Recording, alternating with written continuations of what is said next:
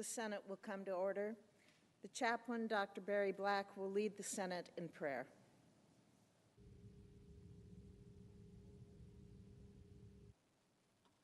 Let us pray. Prince of Peace, give us today your pardon and peace.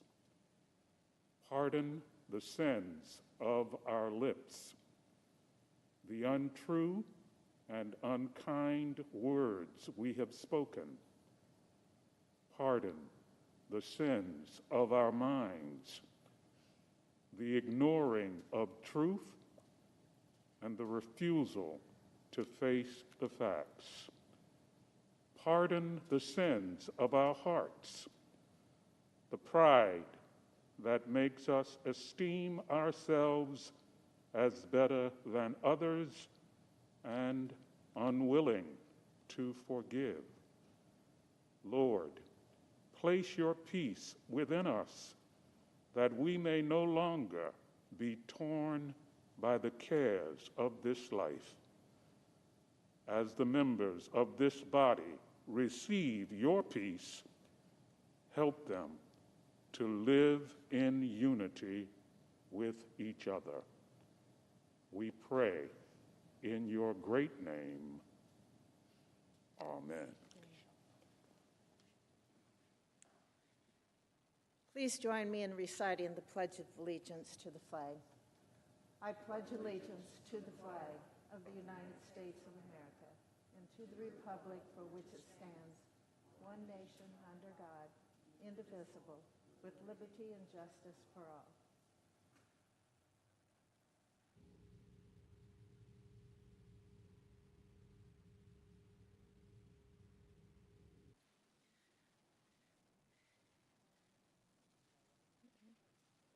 The clerk will read a communication to the Senate. Washington, D.C., December 29, 2020. To the Senate, under the provisions of Rule 1, Paragraph 3 of the Standing Rules of the Senate, I hereby appoint the Honorable Deb Fischer as Senator from the state of Nebraska to perform the duties of the chair. Signed, Chuck Grassley, President pro tempore. Under the previous order, the leadership time is reserved.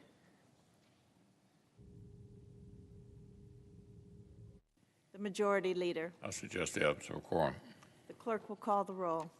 Mr. Alexander.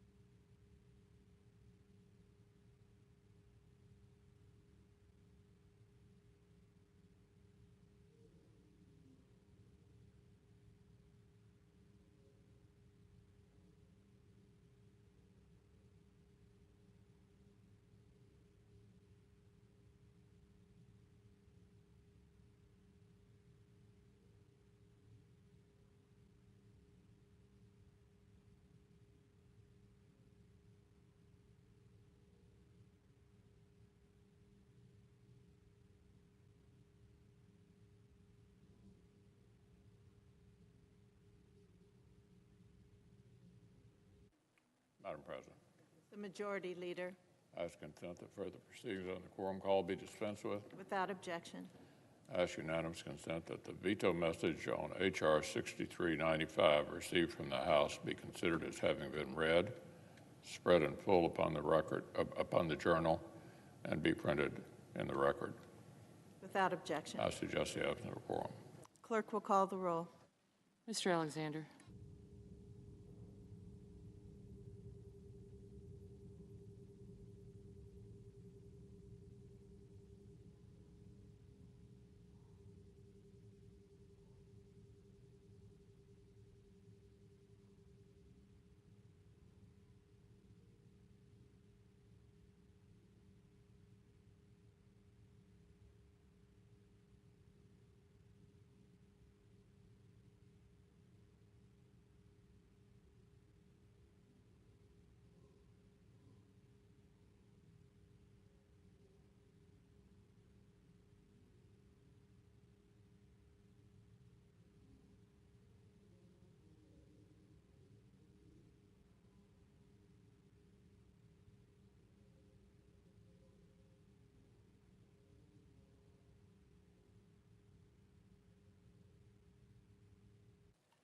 Madam President, The Majority Leader, I ask consent that further proceedings on the quorum call be dispensed with. without objection.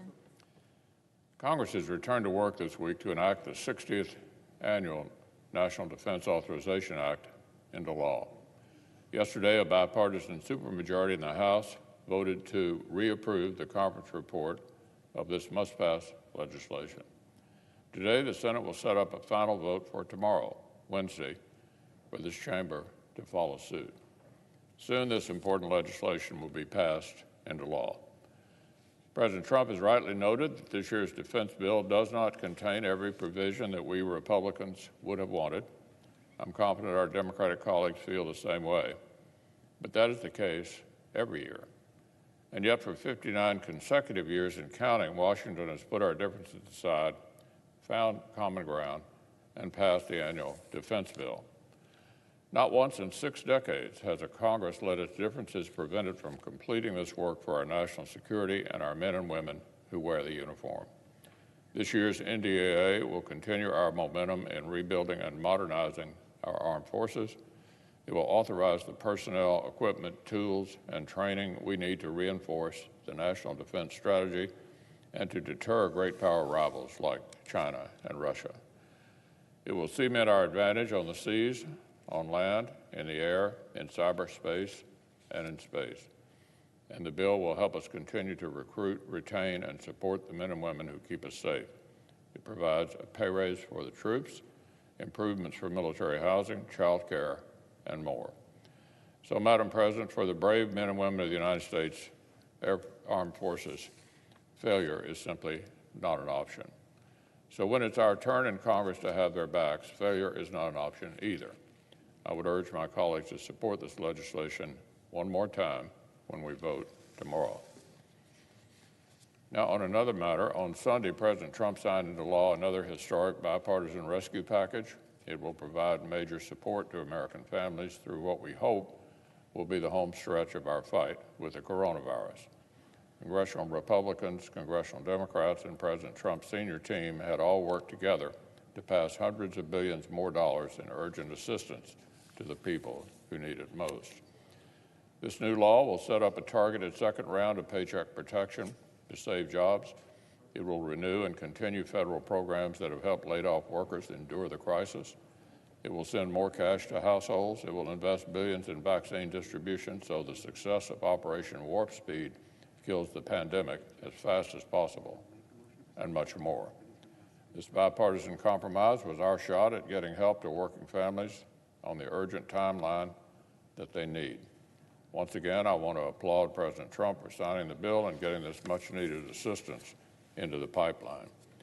During this process, the President highlighted 3 additional issues of national significance he would like to see Congress tackle together. First, as he explained, the President would like further direct financial support for American households.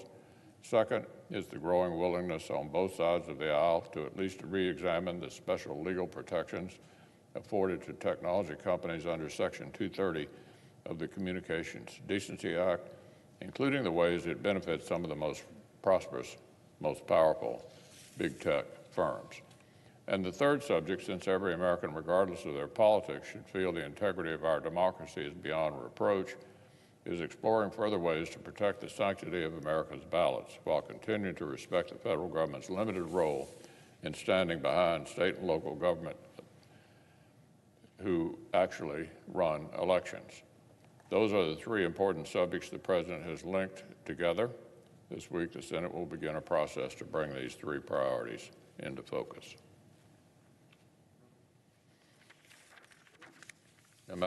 I move to proceed to calendar number 480S3985. The clerk will report. Motion to proceed to S3985, a bill to improve and reform policing practices, accountability, and transparency. With unanimous consent that following leader remarks on Wednesday, December 30th, the time until 1:15 be equally divided between the proponents and opponents of the bill, with the opponent time being controlled by Senator Paul or his designee. Further, upon the use or yielding back of that time, the Senate vote on passage of the bill, the objections of the President to the contrary notwithstanding. Finally, if passed, the motion to reconsider be considered made and laid upon the table with no intervening action or debate. Is there objection? Reserving the right to object. The Democratic leader. Well, thank you, Madam President. Now, the Senate is here this week for a rare holiday session to address two major issues: the President's veto of the annual defense bill and the effort to send $2,000 survival checks to millions and millions of American families, something Senate Democrats strongly support. The Senate should be in session to address both issues. There are only a few days left in this session. We should not adjourn until the Senate holds a vote on both measures, the NDAA veto override and the House bill to provide $2,000 checks for the American people. As we all know, the Majority Leader controls the schedule on the floor. So Leader McConnell holds the key to unlocking this dilemma. The solution is a simple one. Put both bills up for a simple up or down vote, and then let the chips fall where they may. I believe both measures will pass, as they should. But Leader McConnell must allow the Senate to vote on both pieces of legislation, the defense bill and the $2,000 checks, before we go home. We will start the process on overriding the President's veto of the defense bill tomorrow. Today, at the end of my remarks, I will ask the Senate's consent to take up the House-passed bill to provide the American people immediate survival checks of $2,000 a person. Throughout this pandemic, working Americans have taken it on the chin. Right now, they're facing their hardest and their darkest days. Tens of millions have lost their jobs. Tens of millions are struggling to put food on the table, keep a roof over their heads. In the wealthiest nation on earth, modern-day bread lines stretch for miles down American highways. The fastest way to get money into Americans' pockets is to send some of their tax dollars right back from where they came. $2,000 stimulus checks could mean the difference between American families having groceries for a few extra weeks or going hungry. The difference between paying the rent or being kicked out of your home that you've lived in for years. It could buy precious time for tens of millions of people as the vaccine thankfully makes its way across the country. Of course, we could have taken up this issue weeks ago. In the COVID bill Congress just passed, Democrats wanted generous direct payments to the American people. Speaker Pelosi and I repeatedly asked our Republican counterparts how much they could support. Their answer, $600. It was a compromise many of us were not happy about. I came to the floor myself with the senator from Vermont to ask that we double at least the size of those checks. A Republican senator objected. $600 was the most Republicans would support. Well, my colleagues and my fellow Americans, $600 is not enough. Not enough for the mother in Nashville, $4,000 behind on the rent, whose water was shut off earlier this month. Not for the medical receptionist in Macomb, $2,100 behind on the rent, whole electricity shut off in September on her son's third day of virtual kindergarten. Not for the 12 million Americans who have fallen on average nearly $6,000 behind on their rent and their utilities, or the 26 million Americans who have had trouble putting food on the table in the past 5 days. $600? Nope, it's not enough. So in a moment, I will move to have the Senate take up the House bill to increase that number to $2,000, which I might add had broad bipartisan support. I don't want to hear that we can't afford it. I don't want to hear that it would add too much to the deficit. Senate Republicans added nearly $2 trillion to the deficit to give corporations a massive tax cut. Republicans just fought to include a tax break for 3 martini lunches in the COVID relief bill. So I don't want to hear it that it costs too much to help working families get a check when they're struggling to keep their jobs, pay their families, pay their rent, feed their families, and live a halfway normal and decent life. Even in our deeply divided times, Madam President, this issue has united Americans from coast to coast and bridged the massive political divide here in Washington. A vast majority of the public, Republican and Democrat, strongly support $2,000 checks. An overwhelming bipartisan majority in the House supports 2,000 checks. Senate Democrats strongly support $2,000 checks. Even President Trump supports $2,000 checks. There's one question left today. Do Senate Republicans join with the rest of America in supporting $2,000 checks? Now, some of my Republican colleagues have said they support the checks, but there's a major difference in saying you support $2,000 checks and fighting to put them into law. The House bill is the only way to deliver these stimulus checks before the end of session. Will Senate Republicans fight for a vote on the House-passed Cash Act, or will they look some other way? Will Senate Republicans stand against the House of Representatives, the Democratic majority in the Senate, and the president of their own party to prevent these $2,000 checks from going out the door? We're about to get the answers to these questions. So now, Madam President, I ask consent to set the NDAA, Madam President, where am I? Would the senator modify his request to include a unanimous consent request that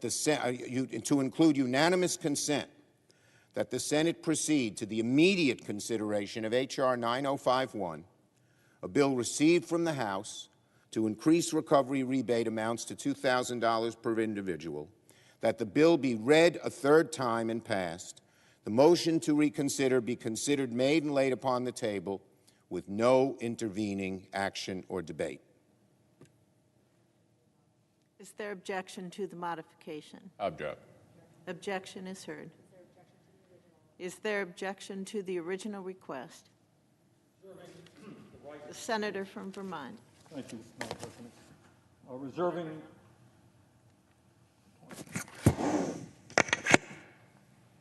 Reserving the right to object. We should all be very, very clear. The working class of this country today faces more economic desperation than at any time since the Great Depression of the 1930s. And working families need help now. Not next year, but right now. Last night, the House of Representatives, with a 2/3 majority, 275 to 134, two-thirds bipartisan vote, moved to increase the direct payment going to working families from $600 per adult to $2,000 per adult. The House did the right thing. I congratulate them, and now it is time for the Senate to step up to the plate and do what the working families of this country overwhelmingly want us to do. Madam President, as a result of the pandemic, tens of millions of Americans have lost their jobs and their incomes. These families in the middle of the winter now face the threat of eviction and the possibility of being thrown out in the streets. Hunger in America is at the highest level that it has been for decades, with moms and dads struggling to feed their kids and working families lining up mile after mile to get emergency food packages. We are even seeing an increase in grocery store shoplifting as desperate Americans try to keep their families from going hungry. All of this taking place in the wealthiest country in the history of the world. Madam President, over the last number of years, as I think everybody in America knows, Congress has provided massive tax breaks for the very wealthiest people in our country, which is one of the reasons why today we have more income and wealth inequality than any time since the 1920s. In fact, in the midst of this pandemic, this terrible pandemic, inequality has grown worse, with many in the billionaire class seeing their wealth increase by hundreds of billions of dollars, while average Americans struggle to put food on the table. Congress has given huge tax breaks to large corporations so that some of the most profitable and largest corporations in America today pay zero in federal income taxes. We have just passed the largest military budget in the history of our country, $740 billion, more than the next 10 nations combined. And by the way, there was almost no debate about the size of that huge budget. Trump's veto dealt with other issues. Meanwhile, over 500,000 Americans are homeless. Half of our working families are struggling to survive paycheck to paycheck. And in the midst of this terrible, unprecedented pandemic, over 90 million Americans are uninsured or underinsured in the midst of a pandemic, and they're not sure whether they can afford to go to a doctor. Madam President, we are coming to the close of one of the most terrible and painful years in American history. That is a tragic fact. Over 330,000 of our people have died from COVID-19, and as we speak, we are seeing record-breaking numbers of new cases and hospitals around the country being overwhelmed with new admissions. During the last year, the education and well-being of tens of millions of our young people, from childcare to graduate school, has been disrupted. And the terrible emotional isolation that this pandemic has caused, where people are unable to spend time with their family or their friends, has resulted in a huge increase in mental illness, drug addiction, and even suicide. Madam President, as I mentioned, the House has done the right thing. By an overwhelming vote, Democrats and Republicans voted to increase that $600 direct payment to $2,000. Recent poll came out, payment to $2,000. So that is where we are right now in this historic moment. Do we turn our backs on struggling working families, or do we respond to their pain? So, Madam President, would the senator modify his request that immediately following the vote on the veto override, the Senate proceed to the consideration of H.R.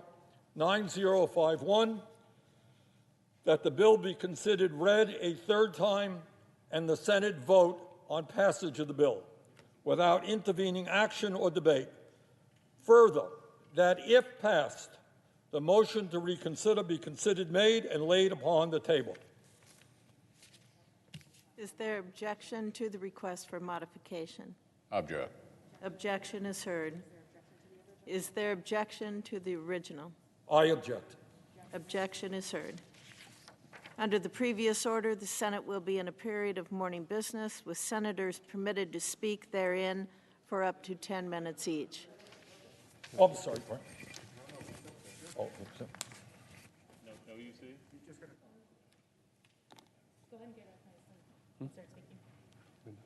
Madam President? The senator. Thank you, Madam President. Madam President, this is our historic moment. We can see the suffering across our country. We can see how desperate people are.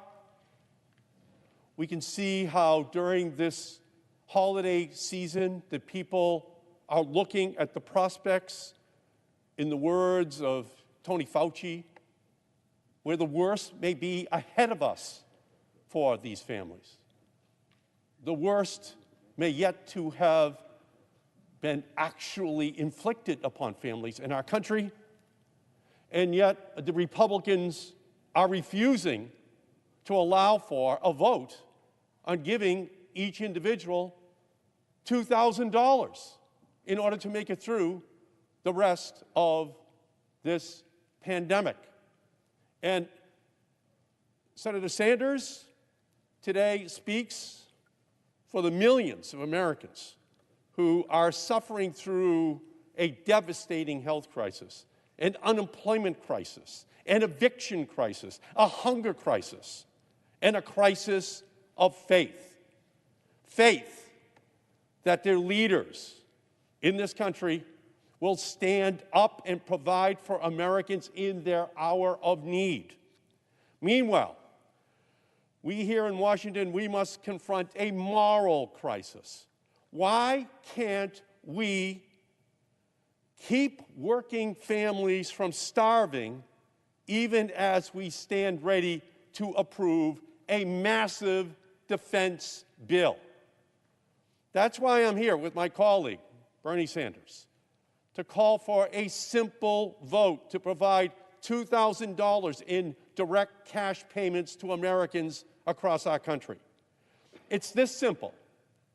Just like they did in the House of Representatives, the Senate should have a vote, up or down, yes or no, on providing these increased cash payments to desperate Americans. We can get this done quickly and before the holiday if Leader McConnell will simply agree to do it. They already had this vote in the House. 46 Republicans voted for it. Give the Republicans in the Senate the same opportunity to vote. We already know that many of them have already said they will vote for the $2,000 if they get a chance to vote. It's this simple. We can do this because a simple vote will just say that you want to provide a grand total of $2,000 to Americans who need it to pay the rent, to keep the electricity on, to buy diapers, to pay for life-saving medication, just to survive this devastating pandemic. 44 House Republicans voted for the $2,000 checks. I believe that Republicans in this chamber will do so as well. And President Trump has already made it very clear he will sign that bill. So we can see where the opposition is. It's the leadership of the Republicans in the United States Senate. People across our country are falling ill and falling behind on their bills. And for the families of the hundreds of thousands who have died in the coronavirus medical and Funeral expenses are compounding their grief. They need money in their pockets. In Massachusetts, this past Sunday, we hit 100 deaths in a single day, the highest death toll our state has seen in a 24-hour period since the very beginning of this pandemic. In the week before Christmas, 21,000 new people in our state applied for unemployment benefits, just as Donald Trump let these protections lapse before millions of Americans were losing their benefits, and that is a tragedy.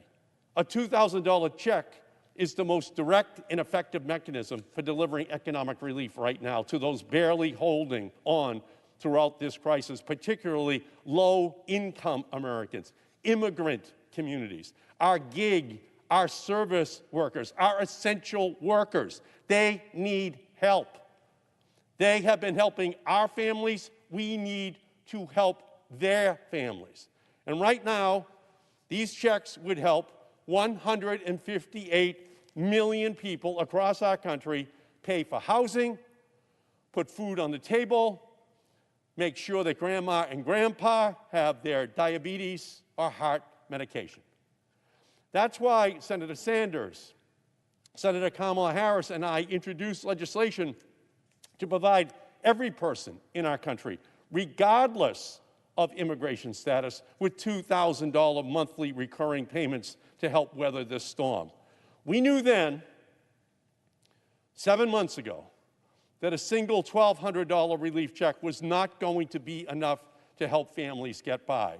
And the $600 payment in the latest coronavirus package is crumbs to working people who have faced economic hardship through no fault of their own. It won't even cover a month of rent, let alone heating bills, food bills, Wi-Fi bills for students learning from home, and all the other expenses which are piling up for these families.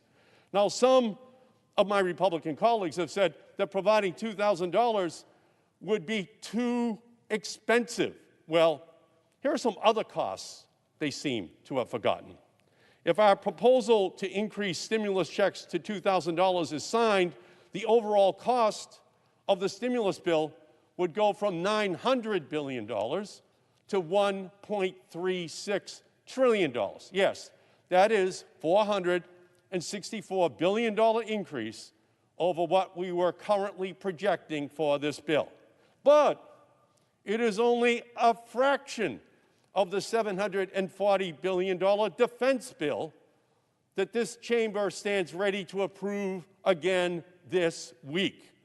My Republican colleagues, and I hate to say this, but my Republican colleagues seem more interested in funding defense than in funding the defenseless. And that's what this debate is all about. What do we do to help these defenseless families?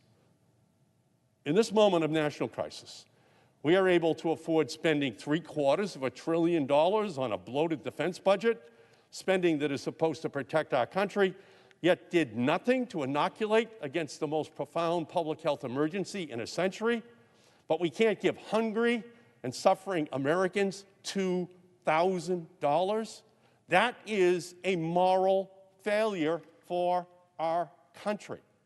Give Americans this money. Most of my colleagues support this defense budget. They got to vote on it a few weeks ago. And I know they stand ready to override President Trump's racist, belligerent veto. We're here today asking the same thing for $2,000 payments, a simple up or down vote. Let's bring the House bill up for a vote. Leader Schumer is committed to bringing it forward. We can get this done before the holiday. We can do this for Americans before the year is out. We must remember that what makes America the envy of the world is not simply the strength of our defense and military, but the strength of our people. People like Ahmed Jaya, a parent of three, who was laid off from his job as a doorman at the Omni Parker House in Boston this past March. Ahmed receives $400 a week in unemployment benefits, but it is not enough to cover the bills that keep rolling in as he now faces expiring health coverage as well. Or people like Tanya DeStefano from Spencer, Massachusetts, who gave birth to a beautiful baby boy on Halloween and returned from the hospital to find an eviction notice taped to the front of her door. These are the stories that should be driving our fights. These are the people who need relief now. And these checks will go right back into our economy because people will spend this money.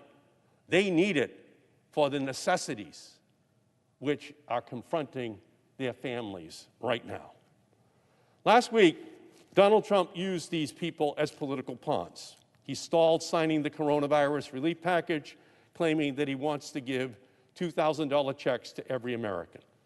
By delaying, President Trump may have stiffed unemployed Americans out of $300 this week in unemployment benefits, benefits that they will not get back.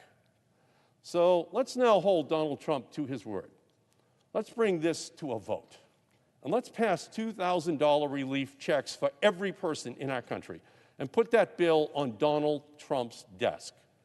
This pandemic has laid bare the tragedy of two Americas, one in which billionaires grew their wealth by $931 billion over the course of this pandemic, an America where the rich continue to get richer, and the other America that has seen unprecedented economic uncertainty, Great Depression-level unemployment rates, and devastating losses, where Black and Latinx workers suffer disproportionately higher rates of unemployment, and their families suffer higher rates of coronavirus infection and death, where workers get laid off while CEOs get raises and companies engage in stock buyback plans, where residents get evicted or their electricity shut off, but major corporations barely pay taxes.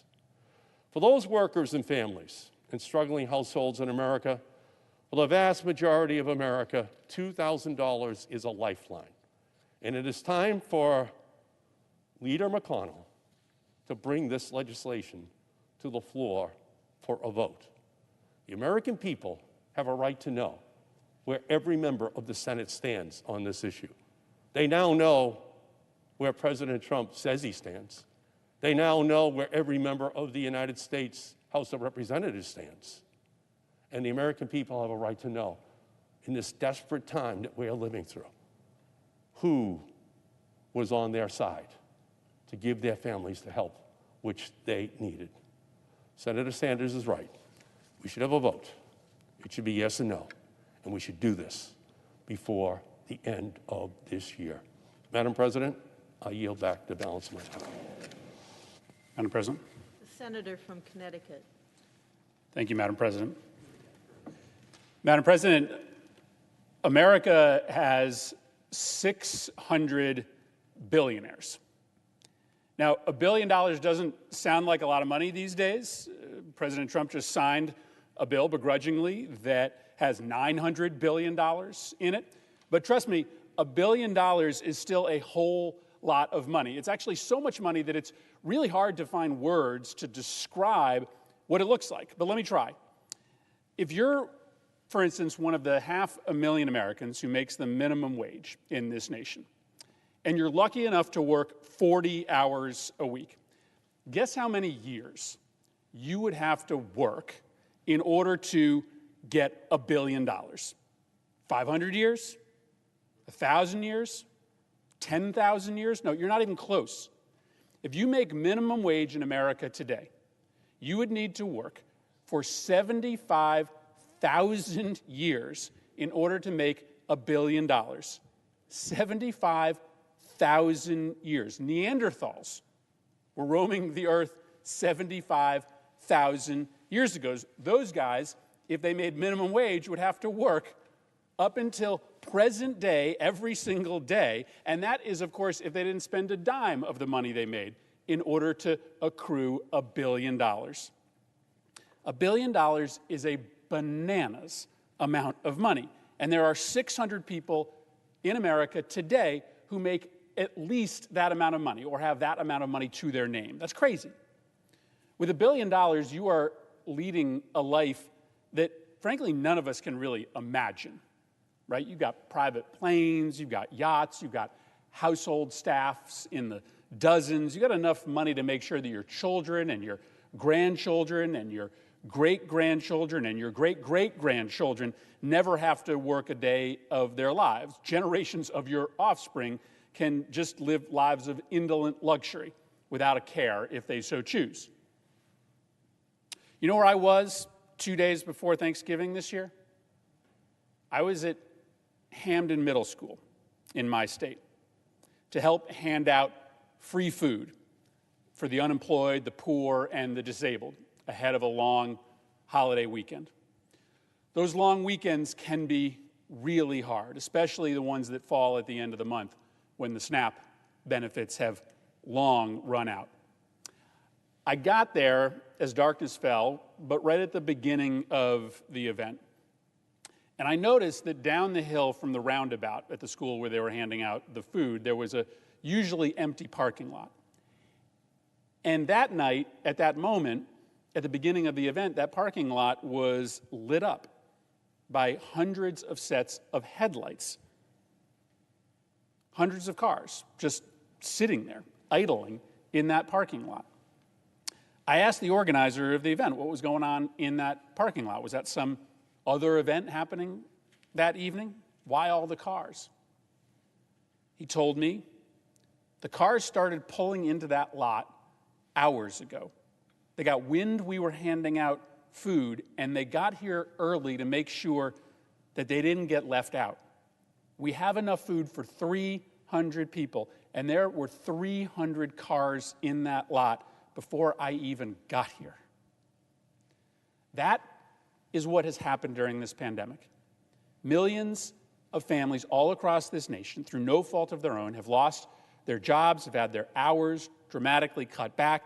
They had no savings because work doesn't pay in this country anymore. They spent everything they earned each month. And so when the economy collapsed virtually overnight in the spring, they got desperate really fast. And I want you to think about what it's really like on an hour-to-hour basis when you don't have enough money for food for your family. The decisions you have to make every single day are practically animalistic. Do you make your kids go hungry during the day when they need the most energy?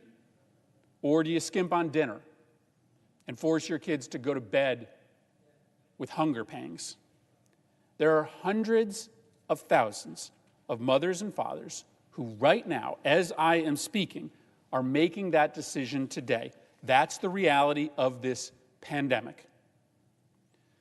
But here's another reality. Those 600 billionaires in this country, as it turns out, as a group, they lost nothing during this pandemic. No, exactly the opposite. They got richer. The wealthiest 600 Americans collectively added $1 trillion to their bank accounts. Let me say it again. The richest 600 Americans gained $1 trillion over the course of 2020. And let's be clear, that's not money that grew in their money tree orchards. Yeah, we're printing some more money these days, but wealth isn't far away from a zero-sum game still. And so when we allow for 600 people in the country to control 50% of the nation's wealth, that's coming out of your pocket. 600 people in a country of 328 million isn't a lot of people. But you know what's a smaller number than 600? 52. There are 52 Republicans in this chamber. 52 people who are going to have a decision to make about what to do in a country where millions are literally starving as we speak, while 600 billionaires count the $1 trillion in additional wealth that they have accumulated during this period of national calamity. The question before these 52 Senate Republicans is simple. It's simple. Should we give $2,000 to low and middle income Americans right now to help them survive this crisis? That's the decision Senate Republicans have to make right now. Time is running out. 600 billionaires got $1 trillion richer this year, and the question before Senate Republicans is this: are you willing to spend an amount equal to just half of that windfall to America's billionaires in order to help 160 million Americans? Because right now, the 52 Senate Republicans serving in this chamber are the only thing standing in the way of $2,000 being sent to 160 million of our neediest citizens. The House passed the bill authorizing the checks in a big bipartisan vote. It is hard to get 2/3 of the House of Representatives to agree on what time it is, but 2/3 of the House of Representatives voted for the $2,000 checks. President Trump supports the $2,000 checks, so he'll sign the bill if the Senate sends it to him. We can vote on the House bill today, like in a matter of hours, if Senate Republicans agree. So why isn't this happening? Why didn't Senator McConnell announce the schedule for the vote on the $2,000 checks bill? Why didn't he agree to Senator Schumer's request to bring it up for an immediate vote? Now, a lot of Republicans are saying they object to the payments because it costs too much and it's going to add too much to the deficit.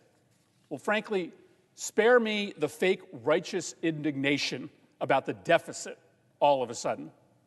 3 years ago, these same deficit hawk Republicans passed a tax cut bill that before the pandemic hit had already added over $200 billion to the annual deficit.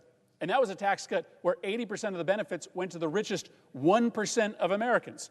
Warren Buffett wrote in his note to investors last year that the deficit finance tax cuts earned his empire $29 billion overnight. That windfall, Buffett noted, quote, did not come from anything we accomplished at Berkshire. So it's funny, deficits just didn't matter to the 52 when it was tax cuts to the 600 richest people in America. But even if this Congress wasn't ending in 5 days and we had time to figure out how to pay for it, you know how we can't pay for it? Cutting foreign aid. President Trump has been talking a lot about foreign aid in the last week. Now, the money we spend on foreign aid, all supported by Democrats and Republicans over the years, all of its smart investments in our nation's security, that actually wasn't in the COVID relief package. It was in the annual budget, as it always is. It just so happens that this year, the COVID relief package and the annual budget were passed together. But just for argument's sake, let's say Trump got his way and every single dollar of foreign aid was cut out of the budget. Would that pay for the $2,000 checks? Not even close. President Trump apparently has an oversized impression of how much money we spend on foreign aid, because our annual foreign aid spending doesn't even equal 10% of the cost of a one-time $2,000 payment to low and middle income citizens. There is also some speculation that Senator McConnell is going to join together the $2,000 payments with other much more controversial measures, much more complicated measures, like the reform of our internet liability laws. That is an invitation for this entire effort to fall apart. The House has finished voting. They have passed the $2,000 payment bill and sent it to us. They are not interested in taking up anything else. If we start adding poison pills to the $2,000 payment bill, that is just another way of telling the American people that this body doesn't support $2,000 payments. Listen, being a billionaire must be crazy. I make a lot of money as a senator, but even I would have to work 7,500 years before my earnings equaled $1 billion. You know what was happening 7,500 years ago? The Stone Age. There isn't a good reason to oppose giving Americans who aren't billionaires a measly $2,000 check to help them put food on the table for their kids in the middle of this once-in-a-lifetime crisis. There isn't a good reason to choose to make moms and dads all across this country decide which 2 meals they'll feed their kids each day, because 3 meals is not an option. $2,000 doesn't put dinner on the table every night, but man, going to bed hungry when you're 11, it sucks. And even dealing with it every other night instead of every single night, no kid is going to turn that down. There are 52 of you. And the next 24 to 48 hours, you get to decide. Do you protect the billionaires? Or do you choose to feed that 11-year-old kid? The only thing that stands between the American people and a $2,000 emergency survival check is 52 Senate Republicans. You got it? Understand? There's a bill pending right now before the Senate that gives $2,000 to ordinary Americans. Yes, it costs a lot of money, and maybe down the line we'll have to ask the billionaires to pay for it. But the bill's here right now. The legislative session expires in 5 days. President Trump says he'll sign it. And all that matters right now is what these 52 people decide. The House passed the bill with lots of Democratic and Republican support. The president supports the idea. The only thing that can stop $2,000 payments to struggling Americans right now is 52 Senate Republicans. Some things in Washington aren't that simple, but this is. I yield the floor.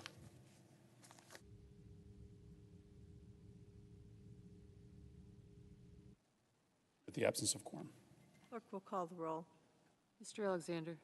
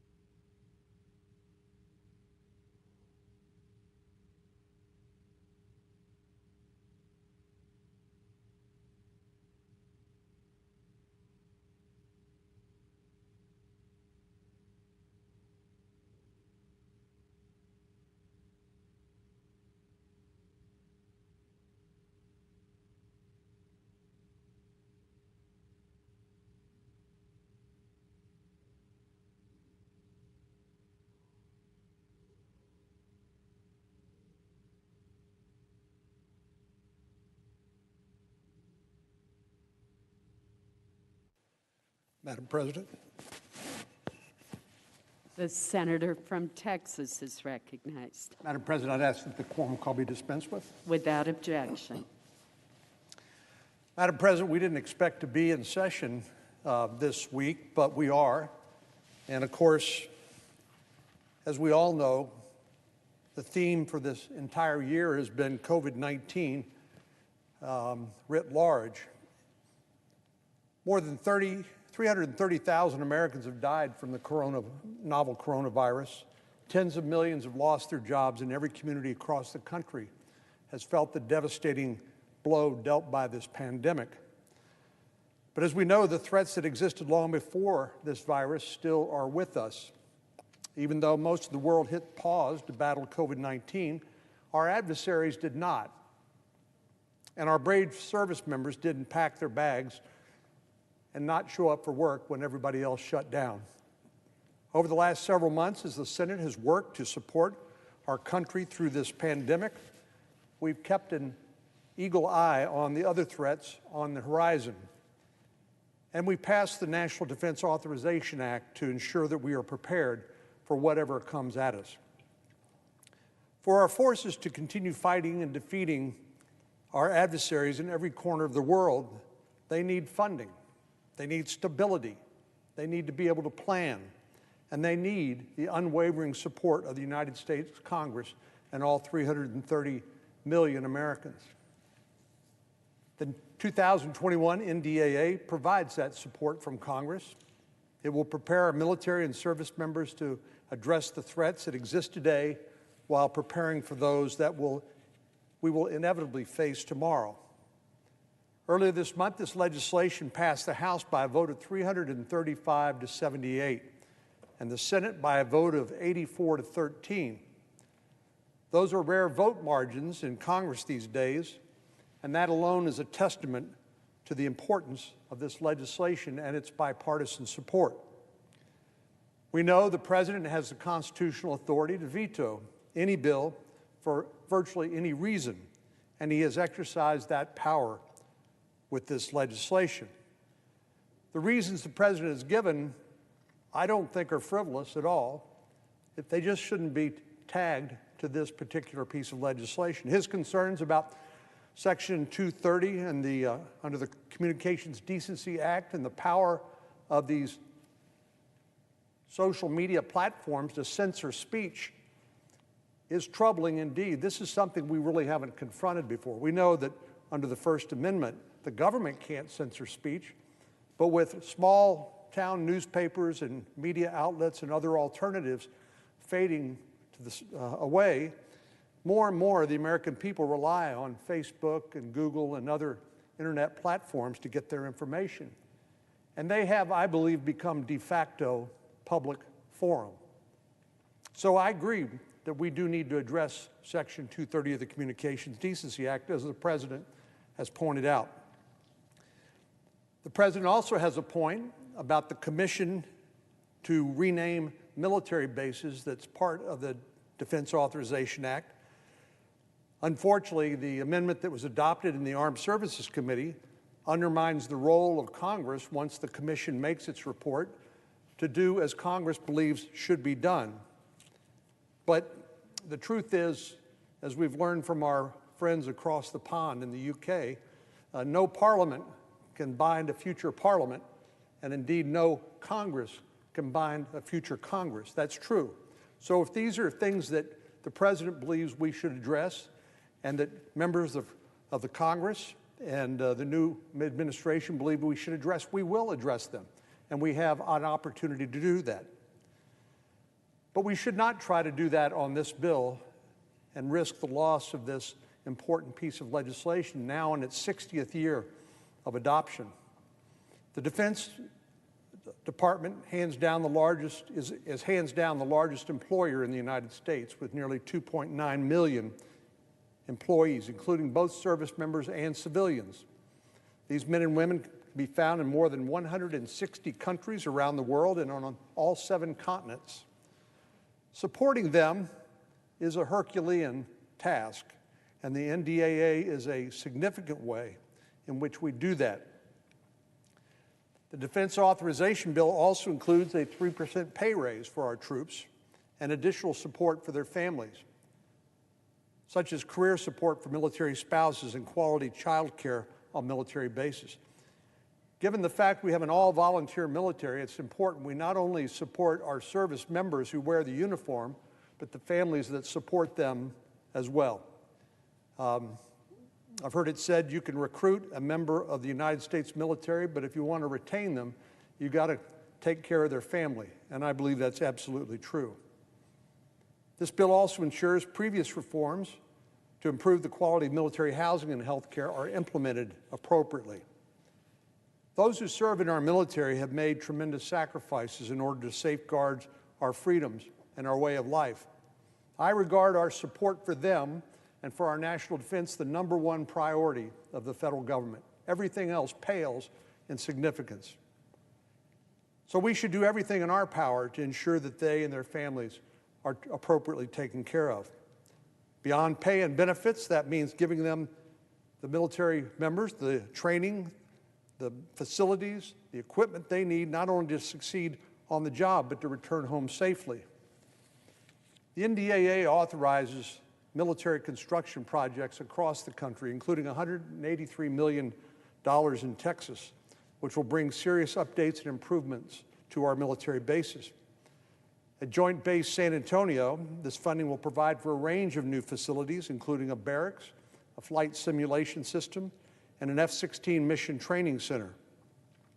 At Joint Reserve Base Fort Worth, it will support an F-35 operations and maintenance facility, vehicle maintenance shop, and an aircraft maintenance hangar.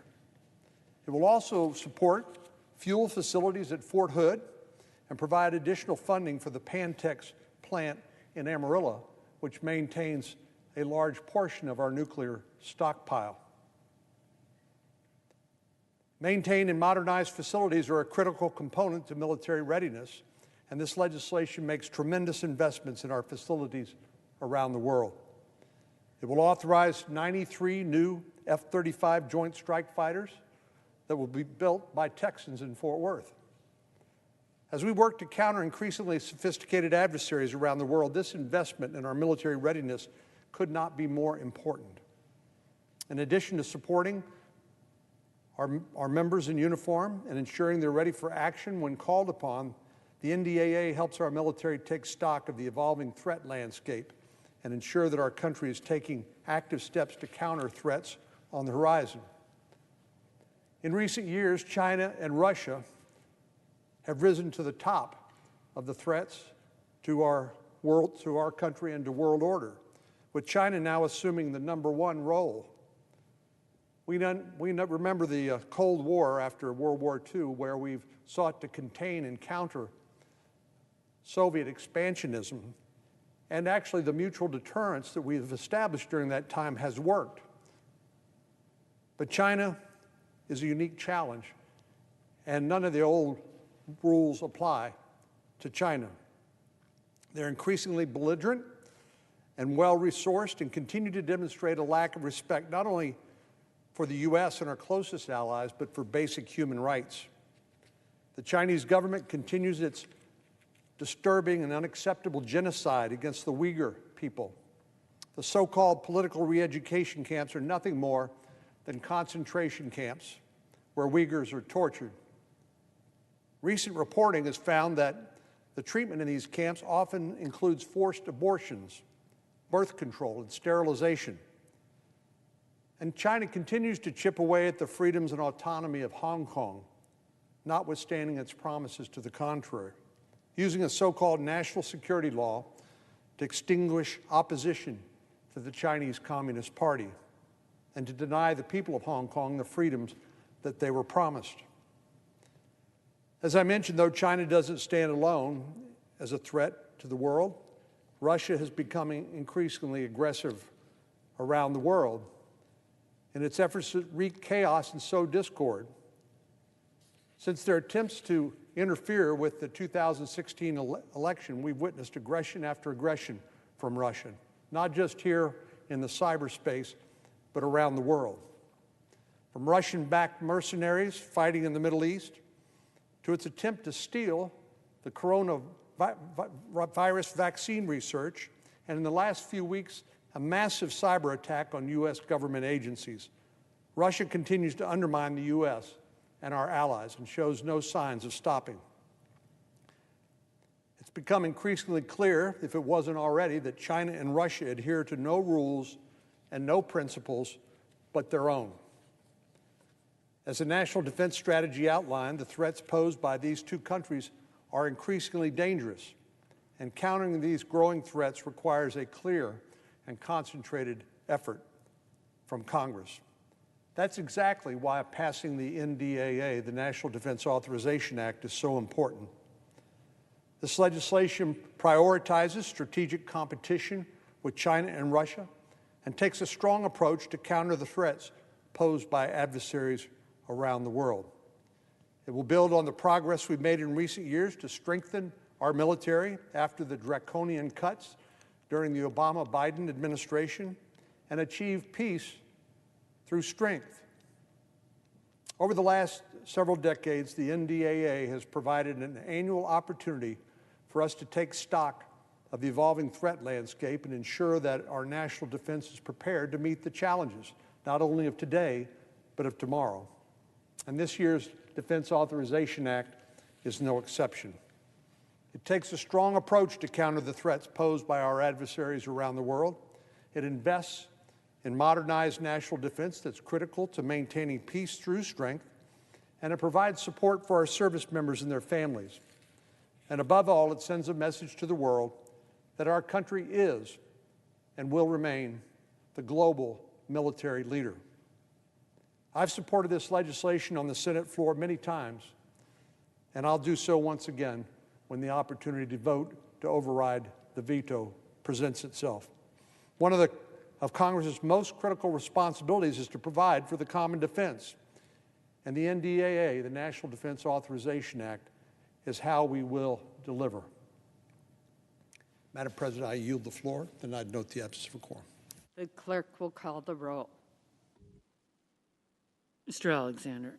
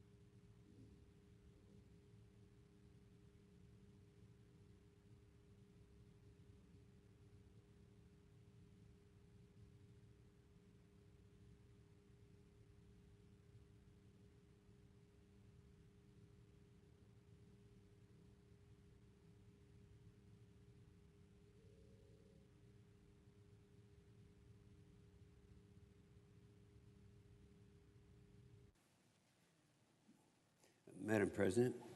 The senator from Oklahoma and President, chairman of the Senate Armed Services Committee.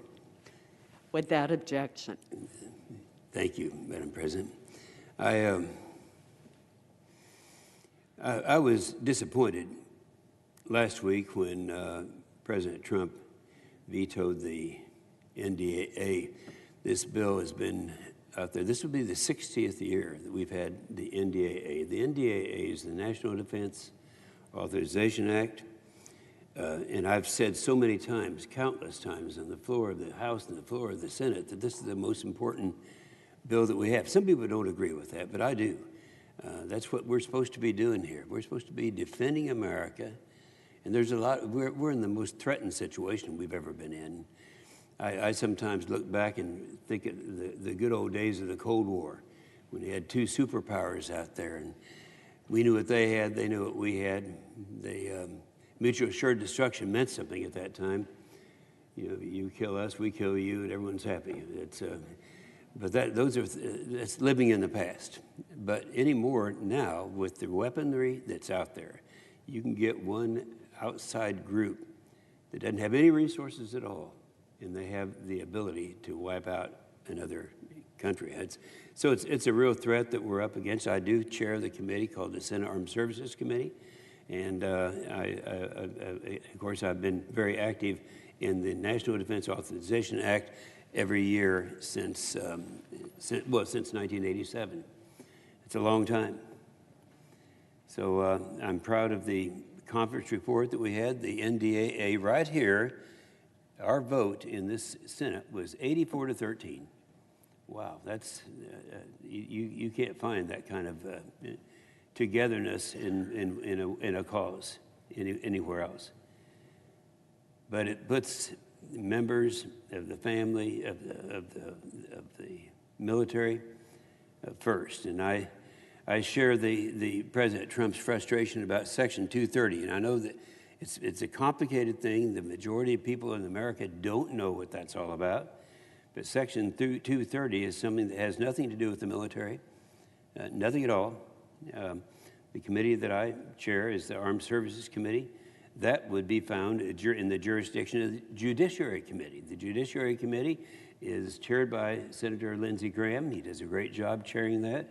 That's where any kind of reform in Section 230 should come from. And I agree that the president should have the authority to determine troop levels. That's what we have in this bill. We have we have the president making those decisions. That's why we made sure that the final NDAA gave the president very broad authority in determining troop levels all around. And we've looked at them in Western Europe, in Eastern Europe. We've looked at in Afghanistan and other places around the world, and so we look at what we've done. And I was going to mention, I've been down here several times talking about the president and what he has done, and what he has done, the great job that he's done for the United States. And I'm going to wind up some comments on a card that I put together. I put this card together back in 2 years ago, talking about the top 10 Trump accomplishments. And I think it's important that people remember that now. You're going to get a lot of people down here forgetting about all the really good things that have happened. But and so I'm going to talk about that in a minute. But I'm here today because we have to pass the NDAA. This would be the 60th year in a row that we have the NDAA, and it's necessary to have. It's the most important bill of the year. I've believed this for a long time. You've heard me say it before. I always stand with our troops. Here are a few of the military service members and their families will suffer if we don't enact it for the 60th year. If the NDAA is not passed, more than 200,000 military families will see smaller paychecks in January because the special pays and the bonuses for hazard pay are all a part of this bill. Additionally, it would hurt the areas where the military is having this most serious problem. In a way, it's kind of a mixed bag, because we have, prior to the pandemic coming along, and that was in about March of last year, before that happened, we had the best economy, I could argue, that we've had in my lifetime. And all these things were very, very good. And then, of course, when that happened, everything changed. Now, one of the problems you have when you have such a great economy is that you have a lot of competition. You know, we have to have a military force. That military force has to have resources. They have to have the ability to step in, because we don't know where the next threat's going to come from. And this would, with people with special abilities, and I'm talking about pilots and cyber experts and engineers and doctors, that's where we have a problem. You know, we don't have enough of them. Pilots, I've been an active pilot now for longer than most members here have been alive, and I know that back during the previous administration, the Obama administration, we had a real serious problem because we were not able to attract the pilots at that time, and because that was when we had a president who, and he wasn't ashamed of it. His top priority was not defending America. That wasn't what he had other priorities. And so consequently, we went through a period of the last 5 years. The last 5 years of his administration were the year 2010 through 2015. And during that time frame, he reduced the funding for the military by 25%. At the same time he did that, China was increasing theirs in that same time frame by 83%. So we have China increasing their military expenditures by 83% at the same time we're reducing ours by 25%. And so we had serious problems there, and one of the areas where when people are cutting the military that they do it where it won't be as noticeable was in the flying hours. So we had pilots out there, but they weren't flying the hours that they needed to fly to keep their proficiency up. And consequently, a lot of them left and went to the airlines and went other places because they were wanting to be flying the hours. And that's one of the things, the problems that we had during that time. So we have the military's ability to recruit and retain service members that are in the shortest supply. And as I mentioned, that would be things like cyber experts and engineers and doctors. So they have the skill sets that need to be done out there. And of course, this president came along and we started rebuilding the military. I always remember being at the White House during a time that we were talking about what we're going to do with the military. And he actually looked over at me and he said, "What do you think we need to do with the military?" I said, "It's going to have to be, we have to rebuild the military. It's going to cost something like $750 billion before it's over." He said, "That's what we should do. We need to start with that." And this president, with his leadership, took us with a new priority in defending America and building our military, and it happened. So we have the things that will happen that if we don't pass this thing, the education of children for military families. There's a thing called the impact aid. Impact aid comes about when we don't have the, you don't get the tax base increased with the added enrollment into the schools, the children of military families. So they have impact because they don't pay the taxes. So the impact aid is an amount of money that it supplements that to all of it's not just in my state of Oklahoma, but throughout the country. It ensures that children of military families receive a quality education by supplementing the school districts, the budgets where they're required. If the NDA is not passed, military construction projects. You know, I have one in my state of Oklahoma that is one that would, let's see, where is that? Yeah, we have a thing where we have an ammunition depot, a demolition shop for one, and this is something where we've gone through a lot of BRAC rounds, base realignment and closure commissions, and we have increased the size of our ammunition demolition activities substantially, and we're doing most of it now right there in Oklahoma. Well, this has a new demolition shop in there so we can get rid of a lot of these things we were not able to get rid of. So we have military construction projects in 38 states, and one happens to be in the state of Maine. And it's very significant that they be able to do these projects. If the military constructions don't happen, both an authorization and appropriation. People don't understand this because it's kind of talk around, but in order for something to get done, you have to have it authorized. That's what the committee that I chair does, authorize military projects. Then it has to be appropriated, and the appropriators come along and they put the money in there, and that's how this system works. So the NDAA, if it's not passed, the military won't be able to increase the end strength or the total number of troops in the military services. That's where they're needed to address the growing threats. End strength increases. If it doesn't happen without authorization, you can't appropriate it. So the NDAA, if it should not be passed, the Pentagon loses the ability to quickly and efficiently process security clearance investigations. Right now, there's a backlog because it takes a long time to do this, but this has a streamlining provision in it that's going to make that a lot easier. So we'll be able to get security clearances.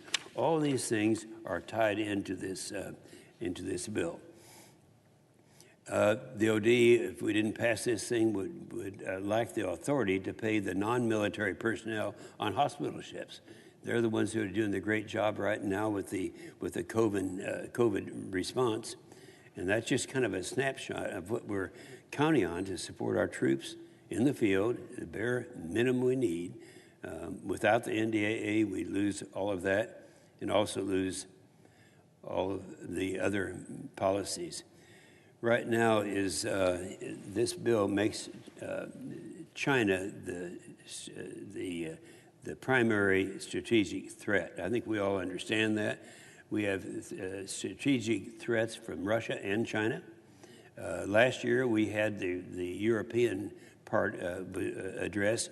This year, the bill that is pending right now that we're going to try to get passed for this year, and I think we will successfully do that, but that's going to be concentrating on the Pacific area. That's China, and the things that China is doing that many people don't realize the threat that's out there. Right now, we're up, as I understand it, to 7 different areas where the Chinese are actually creating islands in the South China Sea. Now, this is something that's different than has ever been done before. I've always contended it's still illegal, but they're still doing it. They're doing it, and that's what they are. The effort that they're making there. And if you go into these islands where they're rebuilding, it's almost as if China is preparing for World War III. All of them are, and this is what is happening right now. Right now we know about this SolarWinds hack, the hack that we're facing. That's something where we have language to deal with that in the Defense Authorization Bill. The new Hunt Forward authority that allows our cyber operators to do more work to find malicious actors proactively, and this is something that we need to get done for the safety, for the defense of our country. It implements the Cyber Solarium Commission and the recommendations. There are 27 recommendations that they have in this commission, and it establishes a new national cyber director. These are things where it's a moving target. There's a lot of things that we're doing now that we should have been doing before, and it took China and Russia to kind of forge ahead of us, as they did in the previous administration, to remind us that we have these very serious problems. So our troops need the NDAA, and it's our responsibility to make sure that they have the equipment and the training and the resources to complete the mission and return home safely. I'll close with this one reminder. On December the 29th, 1777, 243 years ago today, General George Washington wrote to the Continental Congress imploring that they need to provide the resources his troops needed. He wrote, and this is a quote from that, he said, "I hope that the supplies they will be able to furnish in aid of those which Congress may immediately import themselves will be equal and competent to every demand. If they do not, I fear I am satisfied the troops will never be in a situation to answer the public expectation and perform the duties required of them. You know, that's just true today as it was in 1777. So we've got to do that. If we look at the national security wins of this president, I think people don't talk about that as much. We have identified China as the #1 adversary. That was in the NDS, that's the National Defense Survey. It was put together by 12 of the real experts, 6 Republicans, 6 Democrats. It's been the blueprint for our military ever since that time. This is about 3 years ago. And this is what and they identified China as the major threat. $2.5 trillion to rebuild the military. And that's what we were able to get done. Increase the size of the military, replace the obsolete equipment, new investments in future tech. Hypersonics is a good example. Both hypersonics, both Russia and China are ahead of us in that area of hypersonics.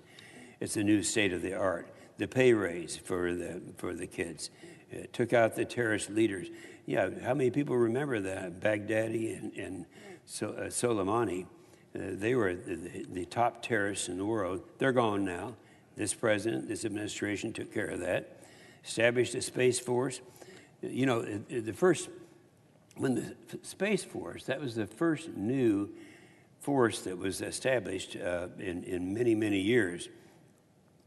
I wasn't real sold on it at first because I thought we were doing a pretty good job, but it wasn't coordinated. It was, you had the different military units doing it, and they weren't really even talking to each other. So that's what we put together. That was this president that provided the leadership in doing that. The widow's tax, everybody remembers that. That was something that had to be done, and we did it. Others talked about it. This president did it. The ISIS caliphate is destroyed. The Abraham Accords, they supported Israel through the security assistance, and we know that that's going on. It's going on today. All these things this president has done, and has done a great job. But I do want to mention, and I think it's worthwhile doing because it's we know what won't happen if we don't pass this bill. We won't get the bonuses necessary. I already mentioned that. Impact aid, I mentioned that. Military construction project authorizations, we would not have that. The full pay for DOD civilians, that has to be done. But that's been talked about by a lot of administrations, but not really done. And then I've finalized this by talking about the China. I mean, this bill supports or helps China. Nothing in the bill helps China in any way at all. There's a group called the American Enterprise Institute. That's a group, it's kind of the conservative conscience of that evaluates programs that come along. They said, and this is a quote, they said, this bill has the most substantial and consequential China-related provisions since the 2000 NDAA. Now, they're talking about this bill, what it does for China. It establishes the Pacific deterrence. Well, we talked about the European deterrence last year in the NDAA bill. This is the Pacific deterrence. That's China that we're talking about. It shifts the supply chains away from China in semiconductors, printed circuit boards, pharmaceuticals, and it stimulates the economies in those ways. It brings Chinese, the malign national security activities into light, so we know what they're doing, who the good guys are and the bad guys are. This supports Taiwan. You know, we've been doing that for a long period of time. This bill accelerates that program, prevents China's intellectual property threat, and I have a whole list here that I'd ask unanimous consent be inserted after my comments this morning. Without objection. And so what I'd like to wind up with, if I brought it, I did. 2 years ago, I put this card together. This was when I realized that because the media hates President Trump, people were not aware of what all of the good things that he did in those first couple of years, and people were not aware of it. First of all, on the card, and I'm just going to go ahead and run over these.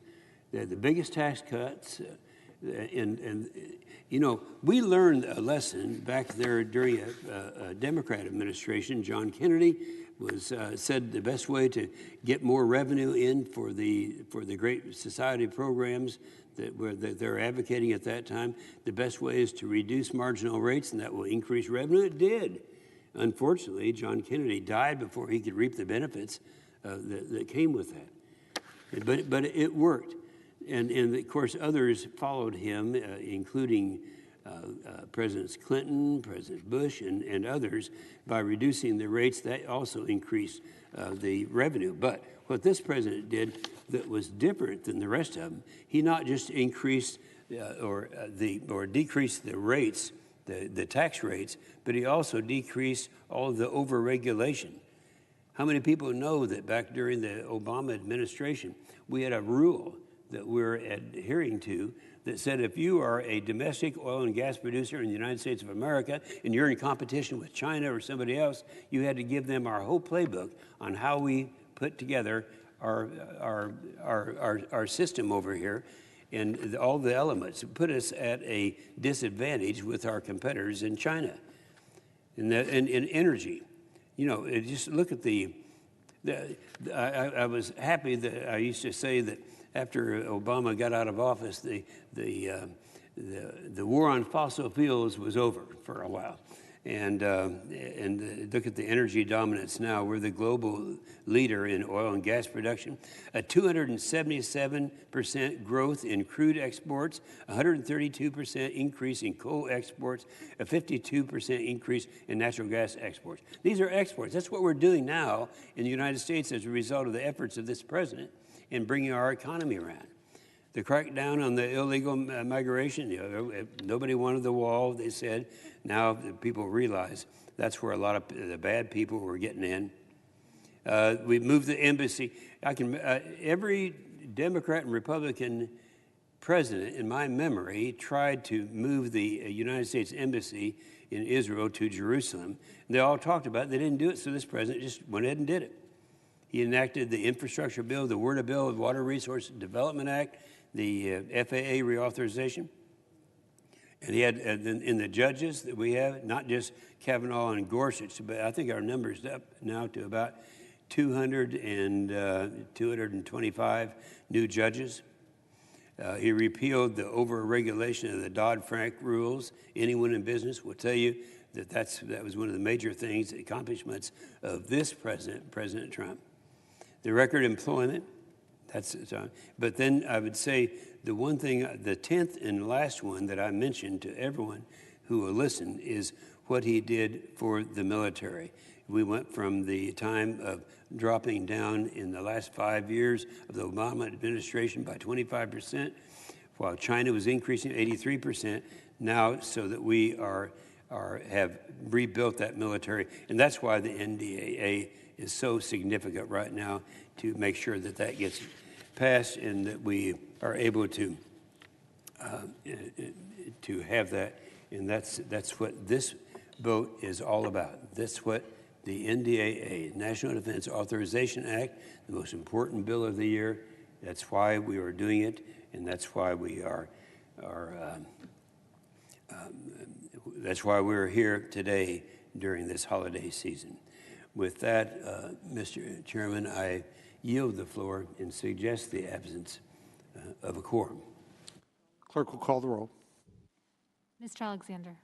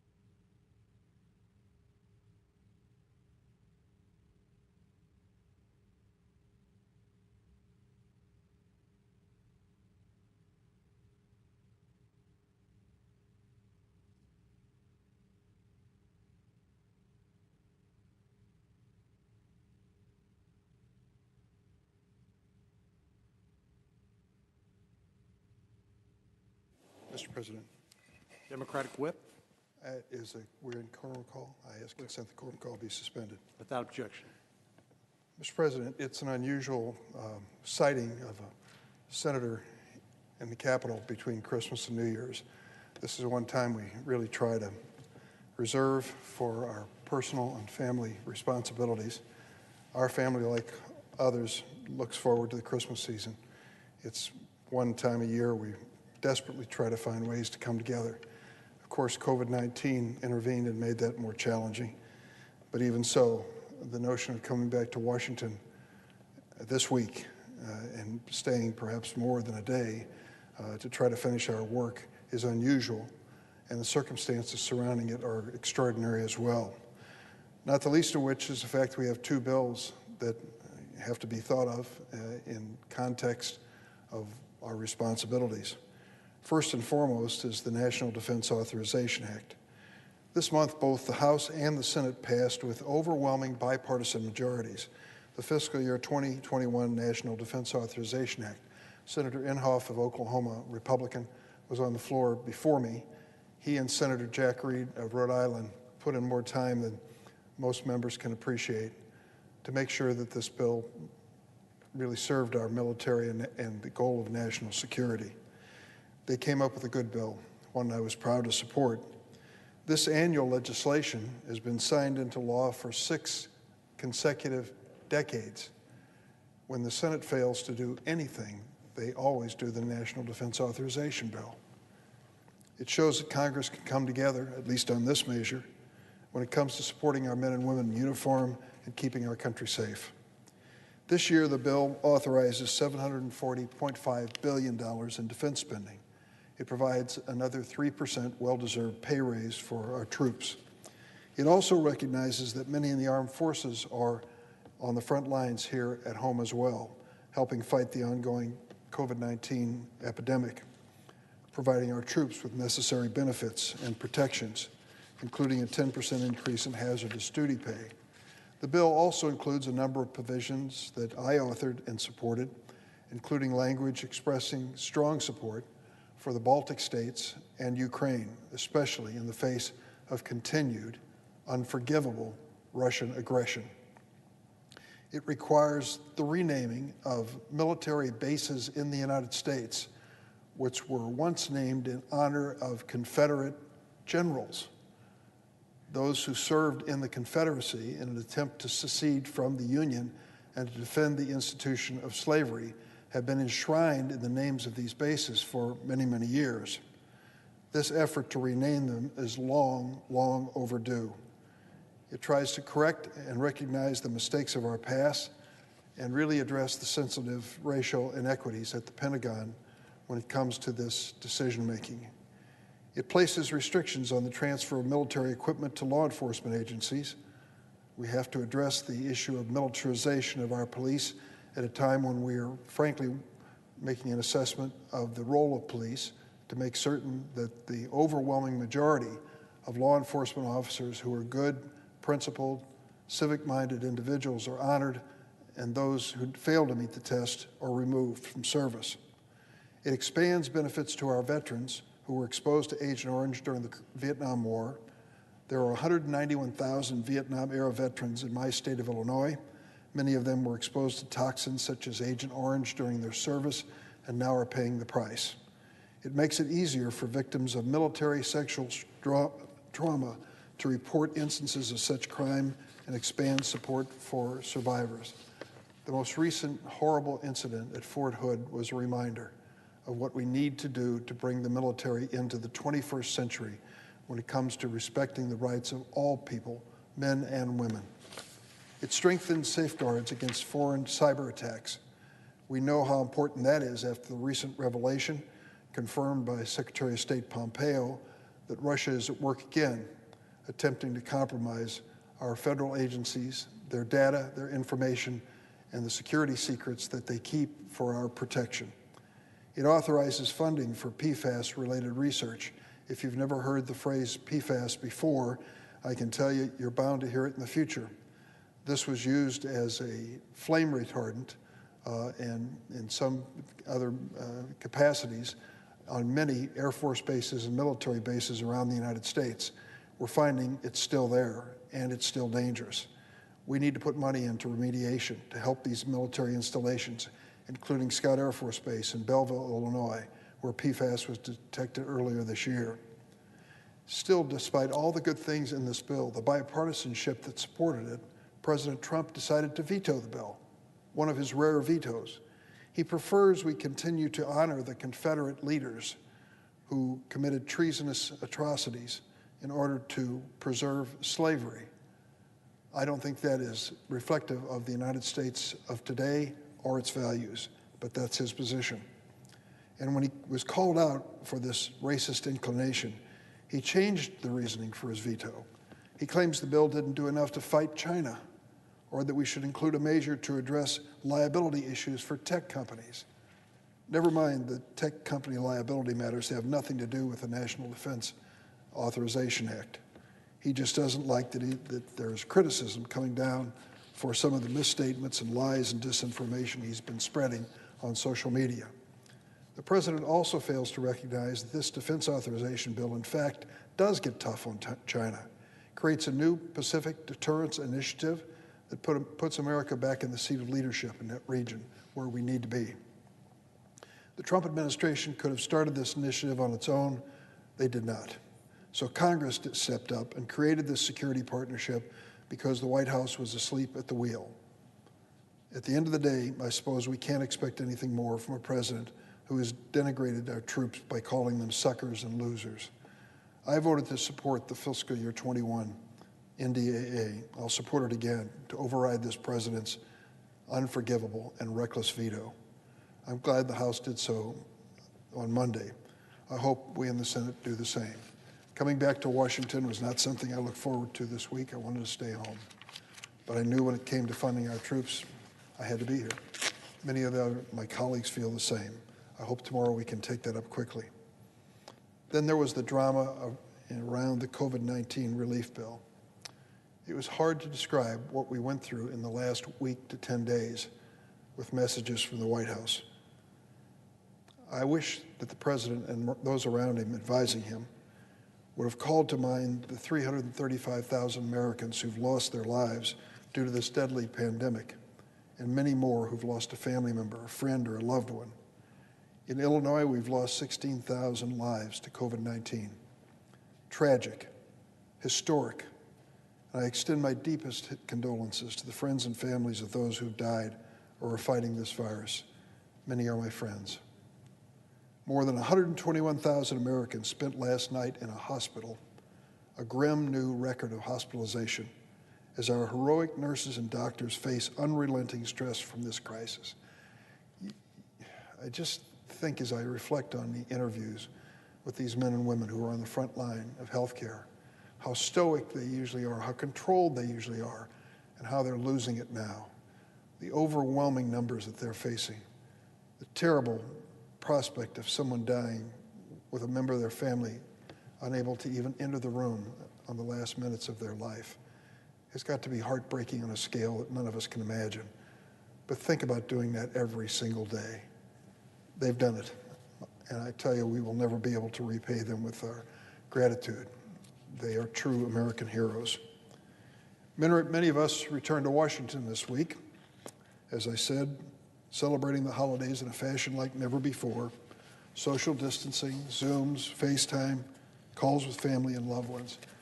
It's no substitute for the kids being there to open the gifts on Christmas morning, but it's the reality of what we face today. There is some hope on the horizon, and though I've been critical many times of the Trump administration, I do want to give the president credit for the Warp Speed program. It is amazing as I read the stories of what they were able to achieve in discovering not more than one, I hope, and more than two vaccines that can treat Americans and people around the world, keep them safe as they face this coronavirus. We broke all the records in the discovery of these vaccines, and as I read about it, I am continued to be grateful and want to make sure America recognizes the doctors, the scientists, the researchers, Barney Graham. I didn't know his name until yesterday, and it came out in a story published in the New Yorker. He works at the National Institute of Health. He's given a great deal of credit for the breakthrough in the first 2 vaccines that have been approved, and others just like him. I want to salute Dr. Francis Collins at the National Institutes of Health, Dr. Anthony Fauci, both of whom have become my friends over the years, and what a job they've done for America. So many more deserve recognition, and I hope there'll be an opportunity to give it to them. But the fact is, these doses of vaccines are starting to move across the country. In last week, Illinois, I'm proud to say, led the nation. I congratulated our governor, J.B. Pritzker, yesterday. More than 100,000 healthcare workers received their first shots last week. I asked him why we led, and he said, I don't know. We just put together our own program of distribution, and it worked. Thank goodness it did. Lives will be saved because of it. But there's so much more to do. Progress in administering the vaccine has been slow as we still struggle to reach the hardest hit areas, and the rosy projections from the administration have not come to fruition yet. But the fact is, we have 2 viable vaccines. That is miraculous. I look forward to the new administration, the Biden administration's new management of this effort, and I'm glad Congress came together to pass a relief bill, which included $30 billion for vaccine development and distribution. When the president said he wasn't going to sign this bill, I thought, how can he say that? He should be taking credit, rightfully, for the Warp Speed program and his role in seeing that program move forward, instead of complicating the distribution of the vaccine by threatening to veto the bill. Fortunately for us, in the end, he signed the bill. On Sunday evening, the president signed the bipartisan annual spending bill and the COVID-19 relief bill. There were complaints about the size of the bill. Well, the entire federal budget was included in that bill, as well as the COVID-19 relief undertaking, as well as many other bills, such as the Water Resources Development Act. All of these are major pieces of legislation. They were combined in one bill that went way beyond 5,000 pages. Unfortunately, the president delayed in signing the bill and created needless uncertainty in America, particularly among the unemployed and others who are suffering from this public health and economic crisis. This agreement provides much needed support for many of them, and they'll have some delay in receiving their checks because of the president's period of indecision. Enhanced unemployment benefits at $300 a week and an extension of the unemployment program created under the CARES Act through March 14th will bring real relief to many millions of families. $325 billion, possibly the largest single item in the COVID relief bill, went to provide our nation's ailing small businesses another chance at survival. The Paycheck Protection Program worked in the initial CARES Act. It was renewed in this undertaking. An extension of the federal eviction moratorium through January 2021, coupled with $25 billion in emergency rental assistance, will literally mean that people are not evicted right after Christmas. Approximately $850 million is going to Illinois to help keep families in their homes during this pandemic. The 15% increase in nutrition assistance is certainly needed. It goes through the SNAP program, which was historically known as food stamps, to make sure that families do have something on the table. I can tell you, I woke up this morning in Springfield, Illinois, to look at the front page newspaper to learn that an anonymous donor had given our local food bank $500,000. And the people of the food bank were, of course, appreciative and said they desperately needed it in my hometown and in towns all across America. So this increase in food stamp assistance is long overdue, and I'm glad it was included.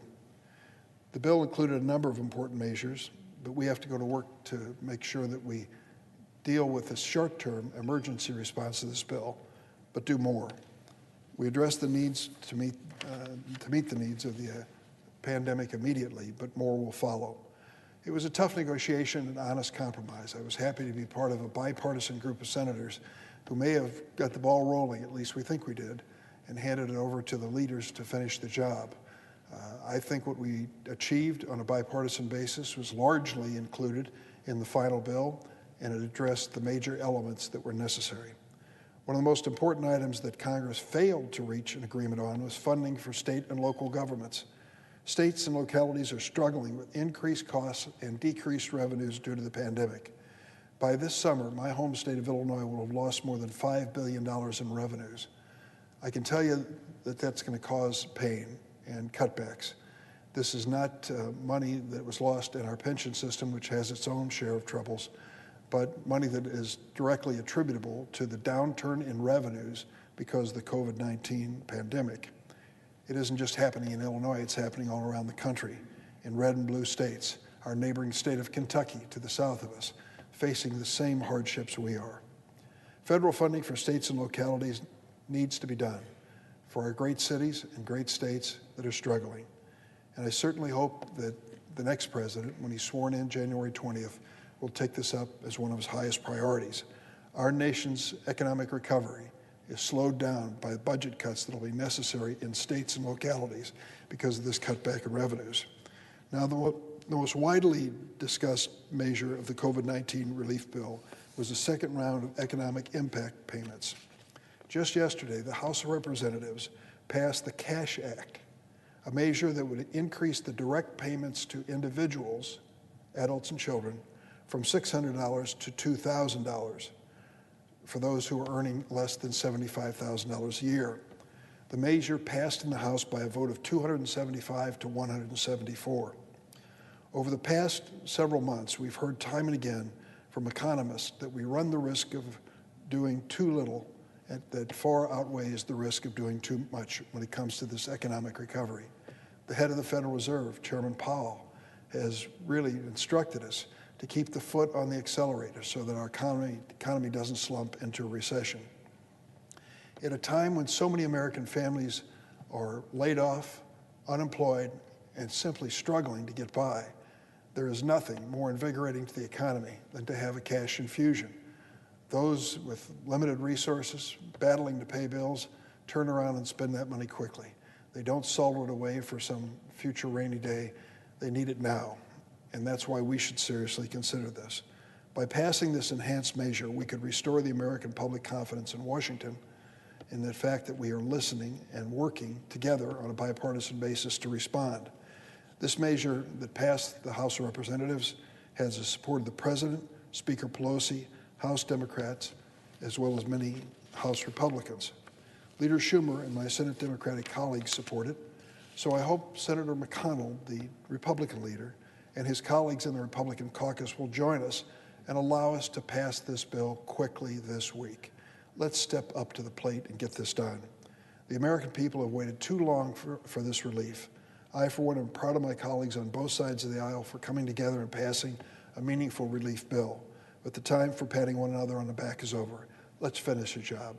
Let's make sure that we have this authorization bill for the Department of Defense and that we come to the rescue of our families across America who need defense against the vagaries of this pandemic and this economy.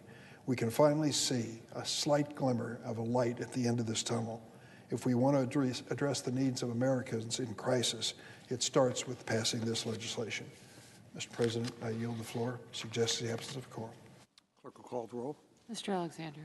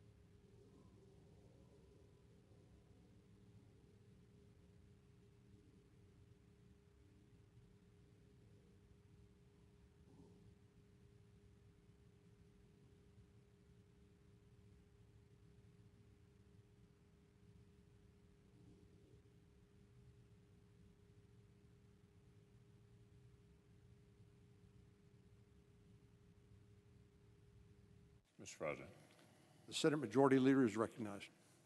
I ask consent that further proceedings on the quorum call be dispensed with. Without objection. So, Mr. President, for the information of all senators,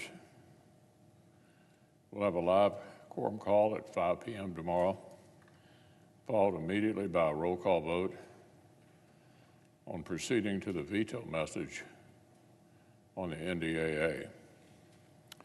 So senators should be on the floor at that time. Again, that's 5 p.m. tomorrow. I understand there are two bills at the desk, and I ask for their first reading in block. The clerk will read the title of the bills for the first time. S5085, a bill to amend the Internal Revenue Code of 1986 to increase the additional 2020 recovery rebates and so forth and for other purposes. H.R. 9051, an act to amend the Internal Revenue Code of 1986 to increase recovery rebate amounts and so forth and for other purposes. I now ask for a second reading, and I object to my own request, all in block. Objection having been heard, the bills will receive their second reading on the next legislative day. I ask unanimous consent that when the Senate completes its business today, it adjourn until 3 p.m. Wednesday, December 30th. Further, that following the prayer and pledge, the morning hour be deemed expired, the journal of proceedings be approved to date, the time for the two leaders be reserved for their use later in the day. Finally, following leader remarks, Senate be in a period of morning business with senators permitted to speak therein for up to 10 minutes each. Without objection. So if there's no further business to come before the Senate, I ask to stand adjourned under the previous order. Senate stands adjourned until 3 p.m. tomorrow.